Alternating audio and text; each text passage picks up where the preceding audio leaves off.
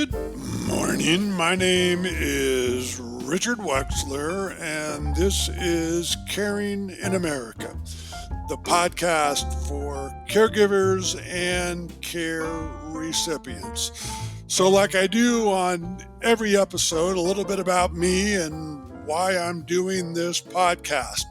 So, go back about 19 years, summer of '05. I'm minding my own business in the software industry. Married later, two small kids, one 11, one 7, and all of a sudden our phone starts ringing and it rings 4 times.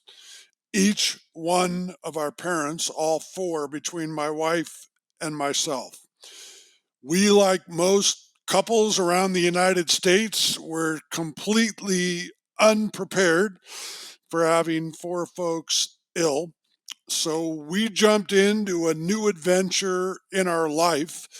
That adventure lasted 14 years until the final parent passed away in 2019 at 96. Roll the clock back about 16, 17 years, realized I could barely spell the word care, left what I was doing in software, started my company, Points of Life, with the idea I had to learn all about this new point in my life, learn about care, read everything I could get my hands on, started speaking, eventually wound up speaking all over the country. As I got older, about a year ago, pushing 70, realized I still wanted to do this, didn't want to travel as much. Someone suggested a podcast, looked into that, started this just about a year ago. And this morning we downloaded our 45th episode. And we're trying to bring special guests like we have this morning to really help our audience understand what it means to age, what care is, why I should plan, that horrible word, what care is going to cost, etc. And as I mentioned, we have two special guests this morning. I'm going to start introducing both of them. Brett Jennings is the owner and founder of Real Estate Experts. He's an award-winning luxury home marketing specialist and also holds a certificate in negotiation from Harvard Law.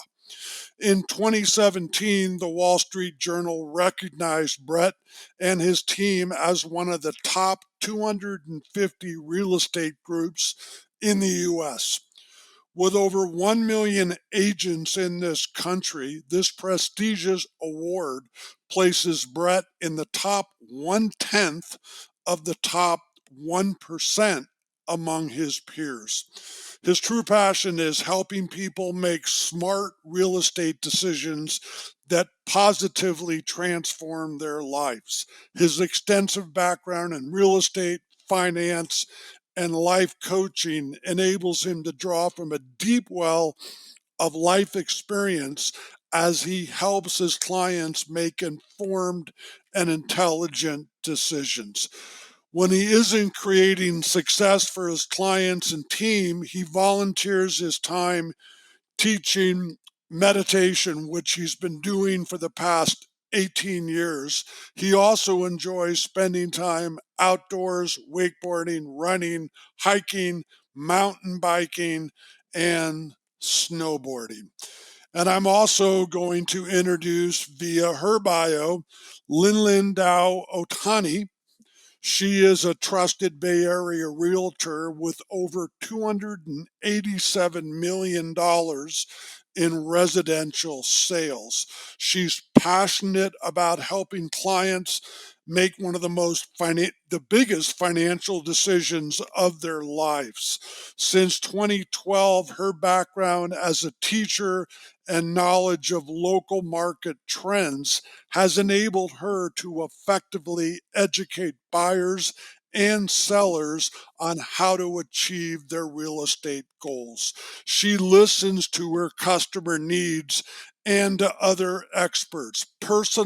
She gives personalized advice, which could assist buyers in a highly focused search for their dream home. She is passionately involved in her church and actively supports its global humanitarian effort, helping low-income families and homeless folks. She is also devoted to her husband of 28 years, their 3 grown children, and in her free time enjoys cycling, scrapbooking, and yoga. Welcome, you guys. Can you guys say hello to our audience? Absolutely, Richard. Thank you and welcome thank you for the warm welcome to the show. You're both very welcome. So I'm going to start at the beginning. I'm not in real estate. I'm Okay. in elder care. Uh-huh. We're eventually going to talk about the correlation between real estate and elder care that probably most people don't understand. But let's start with Brett, since you're the owner of the company. What got you in real estate? Yeah, well, real estate, interestingly enough, was kind of a second career for me, as it is for most people in the industry. I was an entrepreneur, however, and I owned a business in financial services prior to real estate, and I had that business for about 6 years. And one of my unique skill sets is seeing patterns, pattern recognition. And so after about 300 clients, I noticed a pattern. And that was my best clients, although they had investments in stocks and things, they owned lots of real estate. And it was a rather simple plan that most of them had. They weren't doctors and lawyers, these best clients. They were people of modest means that just made smart decisions with real estate over time. And I remember asking one guy, "What's your secret?" He said, "Well, in 1970, I went to a seminar and they said, try to buy one house a year, take the equity you Wow. get when it builds up and buy another one." Wow. So so that was when then I realized, if I really want to help people build wealth, I should focus on real estate. And I had a background in coaching, life coaching. I had worked for Tony Robbins for 2 years coming out of college. And it just so happened that those skills translate to real estate very well because most people, when making real estate decisions, it's a big life decision. Sure. And I think that's ultimately what we're going to talk about today, because what got me focused on the elder care space specifically was actually two events. One was the introduction to you. I got the opportunity to help you with the real estate equation for your parents' situation. But shortly thereafter, I had been through the experience of my mother passing away. She had a stroke. Wow. My sister was in her 50s with 4 kids. I'm in my 40s with 2 small children. And mom's not living locally. So my sister and I, had to kind of wrap up around my mom. We had lost our father many years before, but that wasn't as disruptive. So because both of us lived outside the area, we had to kind of fly in and figure all that stuff out. And that was stressful, challenging, and it gave me a sense of one, compassion, concern, and care for people navigating that journey. Because I had helped you with like I said, the real estate equation of your own journey. But it wasn't until I went through that experience myself that I realized, wow, there's a lot that goes into these decisions. There's a lot that goes into this, and most importantly, um, they if the one word you use, planning, is taken into consideration before these situations arrive, it can be incredibly helpful. But also having a very thoughtful practitioner in whatever space of elder care, in our case, real estate, having a thoughtful practitioner can really, really help the financial equation of the process. I think a lot more. I think people are leaving money on the table. But anyway, that's how I got into real estate and elder care. Yeah. So, I mean, great story. Obviously, very sad you had to deal with this, as a lot of us have. Thank you for all the help you gave our family. And what you were describing was the classic sandwich generation, where you have older parents, you have young children, what we were going through, and trying to understand, how do I manage all this? And that horrible word, you've already brought it up, that people hate. I call it a 4-letter word called plan, that I've been urging people now for 45 episodes to really understand. It'll never be easy, but you can make it easier if you have a plan, unlike my wife and myself. And now I'm going to ask Lin-Lin the same question. What got you into real estate, ma'am? Yeah, it was actually my parents. My parents, they came to this country. My dad had like $500 in his backpack and, was a graduate student. And when they came into the valley, a lot of the people from Taiwan, they were actually engineers. The husbands were, and the wives, for whatever reason, got into real estate. And so they realized that a lot of people that are here, they built their wealth through real estate. And my mom, was very instrumental in starting to invest in real estate at a very young age when they first came here, and kind of, wanted me to get my license for a long time, for 10 years. And just to make her happy, I went to take one real estate class and never looked back. But she got out of real estate because my dad was very traditional and wanted a hot cooked meal when he came home from work. And obviously, when you have a real estate agent as a wife, you don't get that. And so Yes. she kind of left that on the shelf and then lived vicariously through her daughter. But I mainly got in it to help my parents, as with anybody, we all get older. And I knew at one point in their lives, they would not be able to manage their wealth. And so I really got into it to help my family manage their real estate wealth, to get more knowledge in that. But now we're helping hundreds of family, and it is a pleasure and joy every single day to wake up and to know that we are making a difference in someone's life. Which is fantastic. And as Brett started talking about, I'm going to talk about four words: real estate, elder care. How in the world, and people are probably listening, what is the relationship between real estate and elder care? Are you guys nuts? What are you talking about? So maybe I can start with Brett and we can define this a little more because, and you guys can, I don't like putting words in my folks' mouth, but you can tell me if I'm wrong. I think the main territory you guys cover is what's known as Silicon Valley in the South Bay in California. A lot of people there bought homes 30, 40, 50, 60 years ago, may still be living in that home right now. So if you want to talk about this a little more, Brett, real estate and elder care. Yeah, and that is the pattern that we see quite a lot of. That is both a challenge and an opportunity for the families that have aging parents or people aging parents or aging family members. The Silicon Valley is a unique place with respect to real estate. We call it the Garden of Eden of real estate because we actually have double the national average for appreciation. So the national average for price appreciation across the country is 3.8%. Here in Silicon Valley, it's 7.6%. So it doubles every 10 years, the values here. So what happens is those folks who are at either retirement or maybe even elder, let's call it elder, maybe in their 70s and where they're now 70s or beyond, where they're now approaching a time of a season of their life where they need to be in some kind of environment that provides more support than being in their home.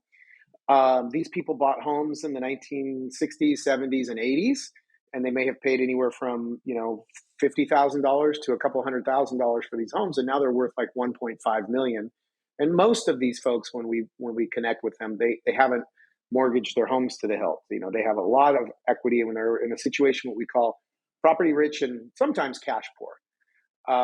And yeah, so what happens usually is there'll be some event that like happened with you, Richard, or happened with my sister and I, where we're kind of thrust into this scenario where we've got to come in and wrap around a family member and provide some loving care and support and figure out a plan that wasn't done prior. So it's at the moment plan in how we're going to navigate getting that person from the environment they're in to find a more supportive environment with more care, whether that's assisted living, memory care, skilled nursing. There's a Interesting. whole variety of places, right? Yep. So, but most often, mom or dad, is in my situation, we weren't quite that intimately involved with mom's finances and purse strings. So it puts us in a scenario where we've got to figure this out. And um, it gives us the opportunity to help those families because here in California, especially, and I'm sure it's true for most of the country, most people, that is the the one thing with all the property appreciation, or real estate appreciation we've had in the last, let's call it 5 to 7 years since pre-COVID, prices across the country have even gone up 50% in most markets. So a lot of people are sitting on a lot of equity, and it puts them in the challenging situation. They don't have cash, but in the fortunate situation that they do have equity. And then it takes a good real estate practitioner to help them figure out either how to tap that equity in advance of a sale, to coordinate and fund whatever the appropriate care solutions are, or sell the property, and in some cases maybe even improve the property before selling. At least in California, and I think for many markets across the country, these homes that haven't been updated in 20 or 30 years, certainly we can sell them and get a fair price for them in today's market. But one option, I think, where some people sometimes leave money on the table is not considering that. But No, and that's fantastic information, and obviously I completely get it, especially with the value of homes as you're talking about in California and the value of homes across the country. And now people are aging, people have aged. Lin-Lin, if you got I don't know if you have some stories, some examples you want to talk about, and also a question I have, which I've experienced throughout my professional life in this industry.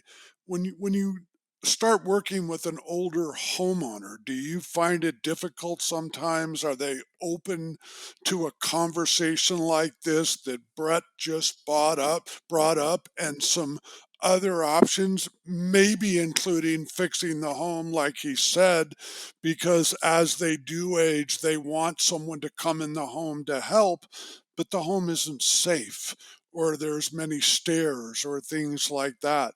Yeah, if you can talk about that and also maybe some examples that you're aware of. Thank you so much, Richard. This is a very rich topic because we, go into hundreds of homes, and this is what we have found, especially with elderly clients, is that when they get into the home 20, 30, 40 years ago, their energy levels were higher, where they were able to care for, in their strength, they were able to care for the home in the way that a home should be cared for, and that energy level has decreased, and it's inversely proportioned because the home is wearing off on its useful life in many things, and so the care for that increases. And so now you have somebody that's in the home that is not able to take care of the home, as the home needs more and more things to replace or repair or Sure. whatnot. So a lot of the times their quality of life in that home decreases because now the yard is a mess. There's obvious when you walk around the home, there's deferred maintenance on some of the items, especially if their children are far away and they don't have someone readily to take care of them because, they're going to doctor's visits or whatever. And so Yes. we've often had situations but they don't see that. A lot of times they're in denial and they're set in their ways, want to be close Yep. to their, Yep. what their surroundings. They're familiar with it, right? Everyone wants to be in their comfort zone, and so sometimes we have the children come to us. And I actually had one case where I was in the home, and the mom was signing the papers for the sale of the home. And she says, I really don't want to do this. And all three children were like, Mom and Dad, we love you, we care for you. And that's why you need to make this transition into a retirement home close to where we live, because the three kids were so busy with their own lives, and they all lived far away, and Sure. they couldn't take care of the parents in the way they wanted to take care of them. And so they ended up finding, a retirement community that was closer to the children, that they could visit them often and have that quality of life.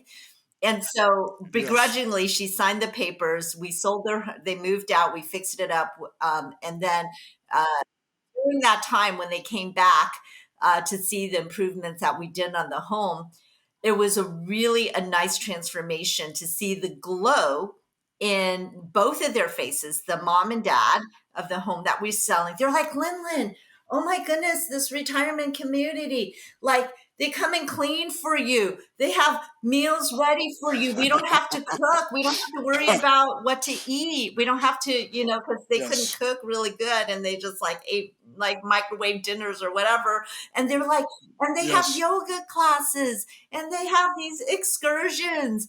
I'm like, wow, it sounds like being on vacation. That is wonderful. But Yes. just that glow in their face, you could tell that they were having a much better quality of life than they did had they been in their home. And then just a few years later, one of the children who was helping facilitate the sale called and said, oh, just want to let you know that dad, passed away. And, I'm like, thank goodness they got out. Because can you imagine having one spouse pass away? Now you have to deal with, sorting through all of these, 20, 30, 40 years of memories and then having to Yes. fix and sell the home. That would have been too much. But the mom was already in a very good place and was able to have the support there, made friends.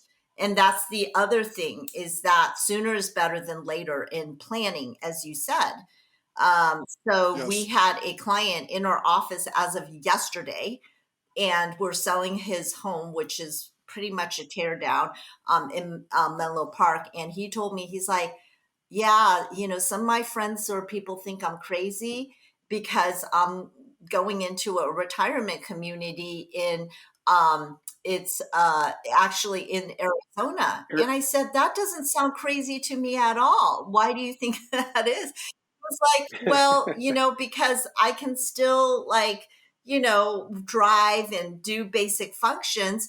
But you know what he told me? And he had a glow in his face when he told me this. He was on the waiting list for this retirement community for 5 years. He says Whoa. most of the communities that are really good, there's a reason why there's a waiting list. And there's a reason why some Yes. don't have waiting lists. So do you want to Yes. be selected or to be in a better living situation that so anyway, the ones that obviously have waiting list, they probably Are have a good. more something more to Yep. offer. And so what he told me was the reason why he got into this is because all of a sudden during after the 5 years, they built another 70 units in this complex in Arizona. Community. Okay. And guess what? Yeah. All of the people that came in with them, they were all like newbies. They weren't like, the new kid on the block feeling awkward or whatever. They all bonded well. They became friends. And he's like so excited to go there. And I'm like, that is wonderful. And you planned right. And so glad. And then he told me the story about his own parents, how they weren't really ready, like a lot of people aren't. I know my own dad, I can go Right. on about that. But he went anyway and he put a deposit on one of the communities because he knew his mom started to need memory care. And that's the other thing. A lot of these communities, they don't take you if you already have conditions, later on. Correct. Like if you get in there first and then you develop like, dementia or Alzheimer's, then they will have those skilled nursing or hospice or whatever for you. But you can't like one day, all of a sudden, something happens and it's like a panic call and now you can get into somewhere. It doesn't work that way. Your plan is very Yeah. important. But I can go on with many stories, but I know we have a limited time. So I, Those are fantastic. yeah. I'll let you talk in a second, Brett. Those are fantastic stories. Frog in my throat. I apologize. Go ahead, Brett. No, I think she brings up an important point, this conversation is for those listening is not to scare or alarm you in any sense. It's just your options are far more limited if you allow circumstances to be thrust upon you rather than taking Yes. a proactive approach. Yep. Because at the last minute, you're kind of relegated to what's available, and the assisted living and elder care space, there's certainly more demand than there is supply in most places. Yes. And so getting a head start on it is important.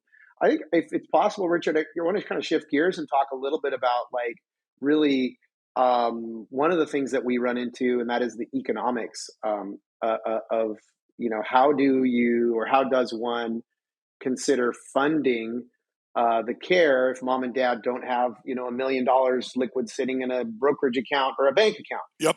Um, and that's been, I think, something for a big opportunity for us to add a lot of value to the people that we work with, because um, you do not necessarily have to sell the property right away to access that equity. Although, many traditional mortgage lenders, if you go to your Bank of America or your Wells Fargo or your Chase and you say, "Hey, mom, we've got this property and we need to pull out $100,000 to put a down payment on a admission fee for this community, that this care community that we want to move mom and dad into," and they'll say, "That's great, you've got plenty of equity, but if they don't really have any income other than their Social Security, we can't give them a loan." And so, when that happens, Richard, sometimes we see that the kids or the family then rushes to sell the property, and sometimes the property is not in great condition, or it's less than ideal circumstances for when dispositioning the asset and maximizing the value. But what I do want to say is there are solutions out there in the marketplace, and they're typically alternative lending solutions, and they're short-term solutions until the property sells. But they are, in fact, very great solutions. Especially, it gives the family liquidity, so they have the opportunity to do that. They're typically called bridge loans. There is a program, I think, called buybeforeyouSell.com that's facilitated by one of our friends that helps access this equity for people. And that was one thing that Lin-Lin helped a family friend of ours to get someone into the community that they needed when the memory care started to come about. But the other side of that, tapping the equity does allow, it's a lot easier to sell a property when the occupants are out, and we can kind of go through and we even have professional firms that we align with that can go through, either do estate sales, help mom or dad determine and decide which stuff is going to go to Salvation Army, which stuff needs to go to be recycled, and which stuff we ideally put as little as possible into the landfill when doing those kinds of things. So, and then behind that, the other opportunity is the actual preparation of the home. So in most markets across the country, with the real estate appreciation that we've had, there's up to a 20 to 30% variance in the sales price depending on the condition of the property. Sure. And and whether you're in the middle of the country and home prices are $500,000, 30% of that's $170,000. Difference between a property that's in not great condition versus something that's in great condition. And what we find is that a really good real estate agent, real estate expert will and should have the resources to be able to help their clients with putting together a plan to either update, renovate, remodel that property to get the most money upon sale. And I think that's one of the things that we feel is really helpful for the family, because, like I said, it could mean up to an extra 6 figures of equity that comes out to the family. In the middle of the country, here in our parts of California, it's probably $200,000 or more on average that we can get for a family. And this is the nest egg. It's mom and dad's nest egg first, to make sure that they're well taken care of. But then, when they eventually pass on, that gets passed on to the heirs. So, so that's one of the things that we're thinking about as we engage with these people. This is fantastic information for our audience. A very bright lady gave me 3 words to think about: planning equals choices. And everything you're talking about fits in there. Maybe it's not the best market to sell. Maybe the house hasn't been taken care of properly. Maybe you have time to possibly wait for a better market. You're the expert on that. I'm not. But you certainly have time and hopefully the money, or you can find that money to update the house. I mean, in the community I live in, saw a house go up for sale. Yard looked horrible. From what I heard, the inside was not good. Took over 6 months to sell. Have seen another home go up for sale. Beautiful condition. My understanding, in the first week, they've had about 6 offers, and all of them over the price they were looking for.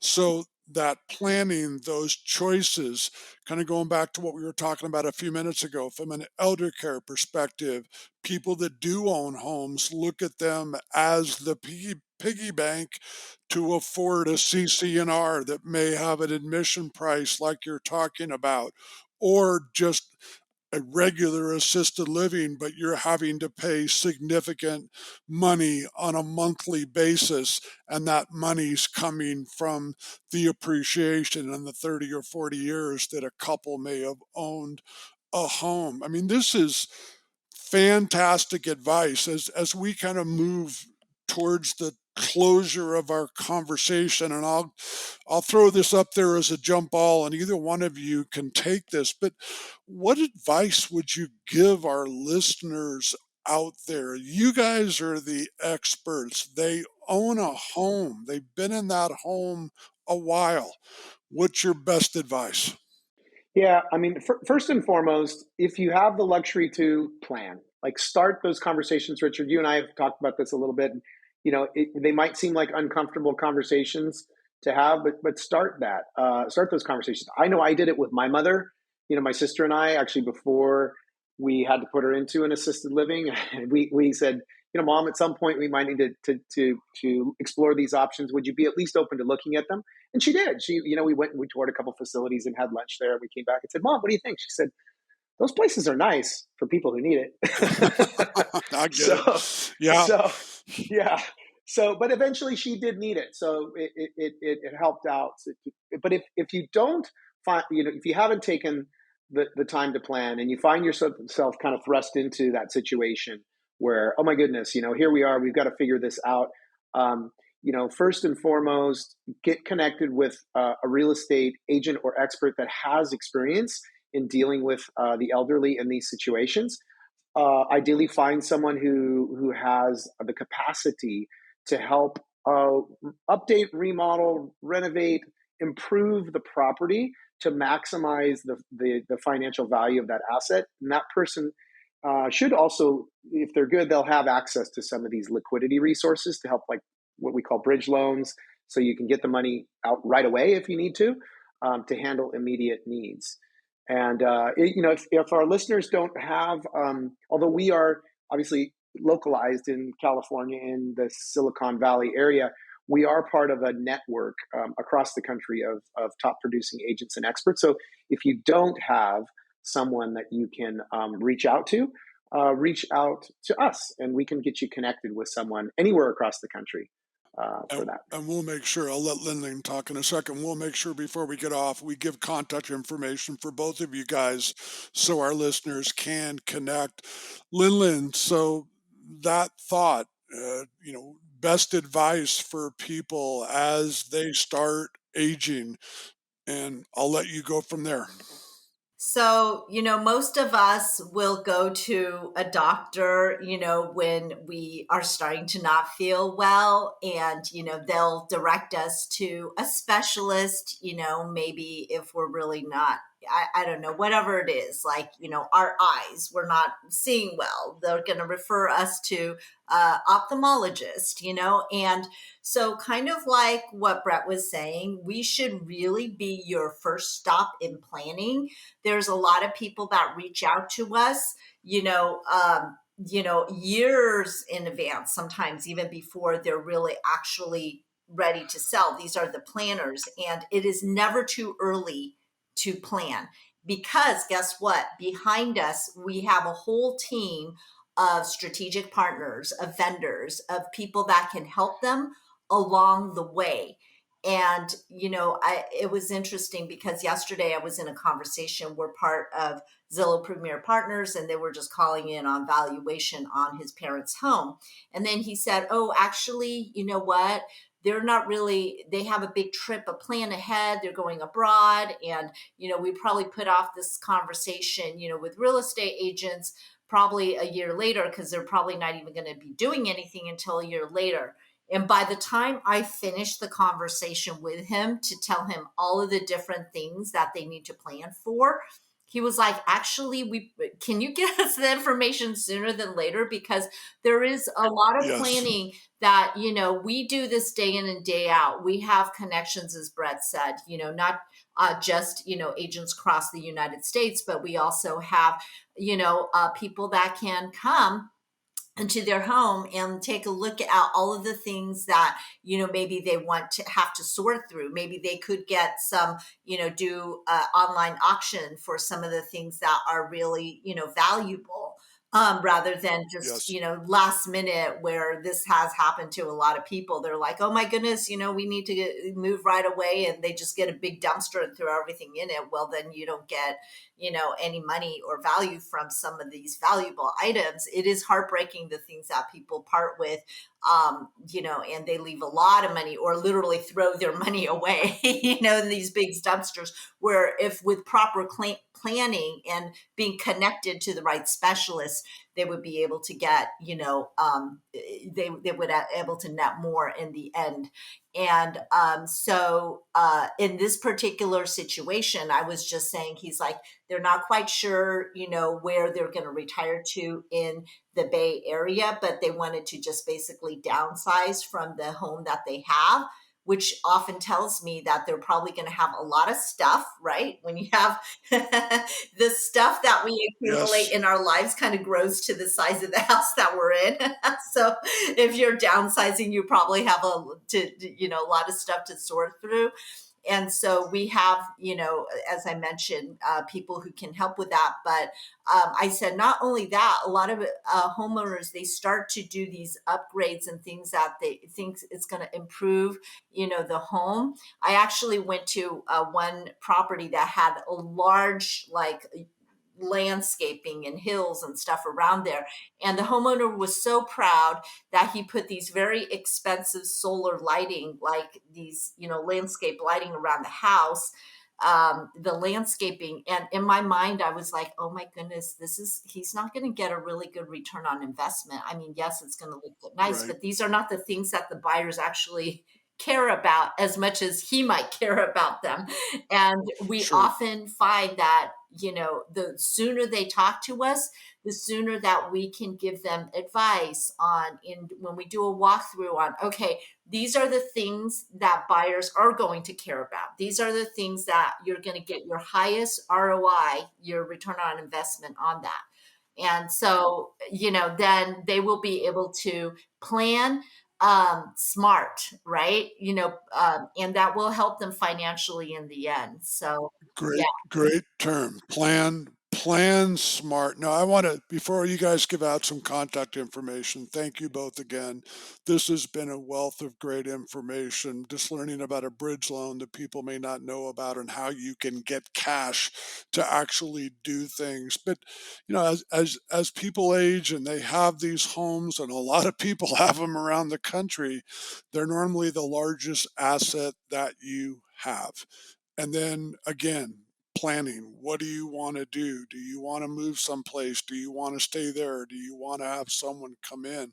It is a comprehensive conversation that I really, really encourage people to have with their adult children, with their spouse, with their partner, because it does make things a lot easier. Brett, what's some contact information you're willing to give out so people can connect with you? Yeah, so absolutely. If they wanted to reach out to us, our website is therealexperts.com. To reach Lin-Lin or I directly, I'm Brett, Brett, at The Real Experts. And Lin-Lin is Lin-Lin, Linlin, at therealexperts.com. That's probably the easiest way. Phone number, Lin-Lin, do you want to put a number out there? Yeah, sure. So, yeah, my phone number is 408 605 0114. Once again, if you didn't get it the first time, I'm Lin-Lin Otani, and my number is 408-605-0114. Fantastic. And as I do on every episode, folks, if you want to connect with me, have comments, have questions, please reach out to me. The email is eldered2023@gmail. And I want to thank both you guys again. It's been a fantastic conversation. And folks, as I say on every episode, until we talk again, have yourself an awesome day.